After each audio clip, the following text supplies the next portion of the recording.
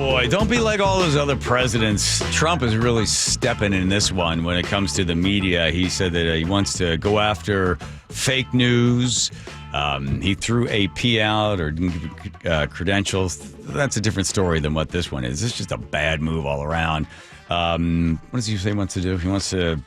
If it's fake news, he threatens to sue media over stories that he doesn't like. He said he wants to, if a story includes an anonymous source or an inside source, he wants to sue. If he doesn't like the story, he wants to sue that journalist or the paper and then have them expose the source. Yeah, this is bad. So here's a quick thing on the AP.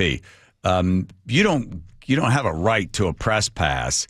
Biden threw out the New York Post, but didn't say why they were throwing the New York Post out. If Trump's people had not given the pass to AP but didn't say why, they would have been safe. People would have been upset about it. But to say, because you're not calling it the Gulf of America, we're not going to call on you. We're not going to let you to fly around with the White House, and you can't come in and ask questions. So bad move on that one. And then this idea that we're going to try to stop all this fake news stuff. Presidents have been doing this for years. Woodrow Wilson, one of the worst presidents we've had, he set up the Committee for Public Information. He censored stuff. Nixon battled all the time. Truman battled with the press.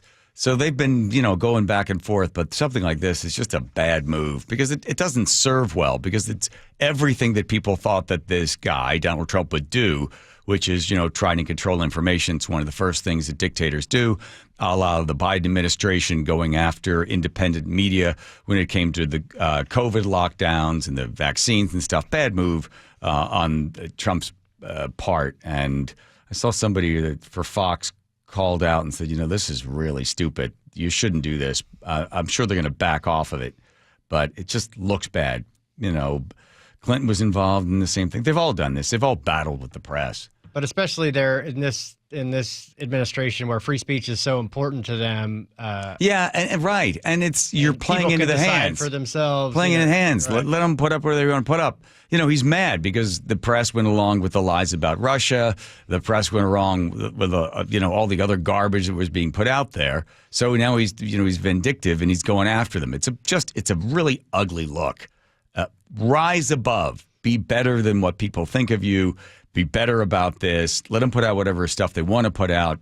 But to stand up there and try to, in a way, censor or threat that you're going to sue somebody. You could do it underhandedly. You could have the FBI go the way the Biden folks did and shut down free expression of ideas. But I wouldn't advise that one either. Nixon realized that the press hated the word media. Did you know that? Yeah, I got a little clip of him. Yeah, play a little clip. This is him. Don't get the impression that you arouse my anger. You have that impression. You see, one can only be angry with those he respects. Yeah, he hated the media. That's what he called the media because he knew he didn't like it.